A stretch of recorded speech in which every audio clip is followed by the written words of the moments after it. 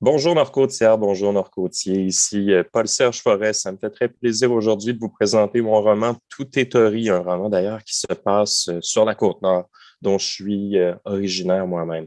C'est un mélange de plusieurs choses. C'est un roman qui est un peu une saga familiale, un peu un roman policier, un peu un roman de science-fiction.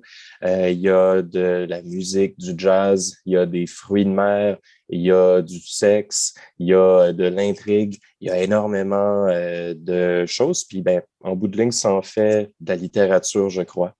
On va vous lire un extrait du chapitre 12 qui se passe justement sur la côte nord, quelque part entre Natashquan et l'île d'Anticosti.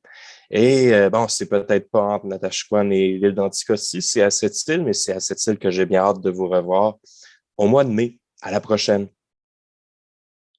On n'est jamais aussi seul que sur un mardi de 42 pieds entre Natashquan et l'île d'Anticosti, mais loin des deux, quand se lève une tempête qu'aucun météorologiste n'avait vu venir et qu'un léger mal de gorge cloue au lit l'assistant qu'on avait engagé parce que c'est un bon petit gars, mais que tout compte fait, c'est un bon petit lâche.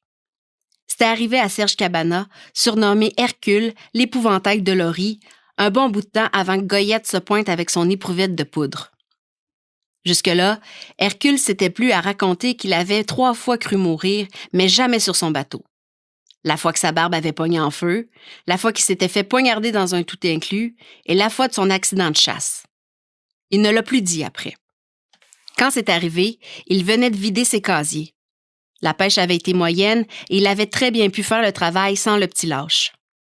Le nom de son bateau, la jument de Diomède, témoignait de la suite qu'il avait dans les idées.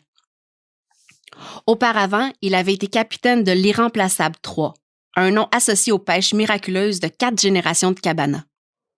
L'Irremplaçable 4 aurait fait un peu antinomique. Il s'était dit. Il fallait arrêter là. Sur la tempête, il n'y avait pas grand-chose à dire. Il fallait être là, expliquait-il toujours par la suite. Je dirais bien que c'en était une tabarnak, mais j'en ai vu des tabarnaks et elles m'ont pas fait peur. Celle-là, elle m'a fait peur. Le ciel était devenu sombre. Hercule n'avait même pas eu le temps de s'en rendre compte que le vent se mettait à souffler et des vagues de 8 étages soulevaient la jument.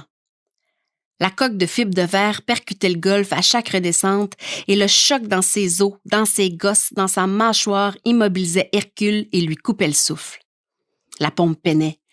À la crête d'une lame, il avait vu une tornade s'avancer direct sur son bateau. Une tornade pleine d'eau, toute faite d'eau, une trompe.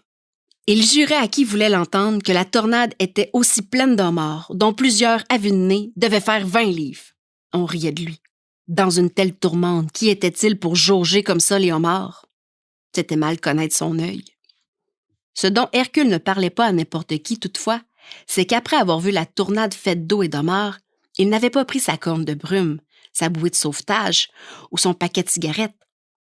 Il avait pris son rosaire. Ça s'était bien passé.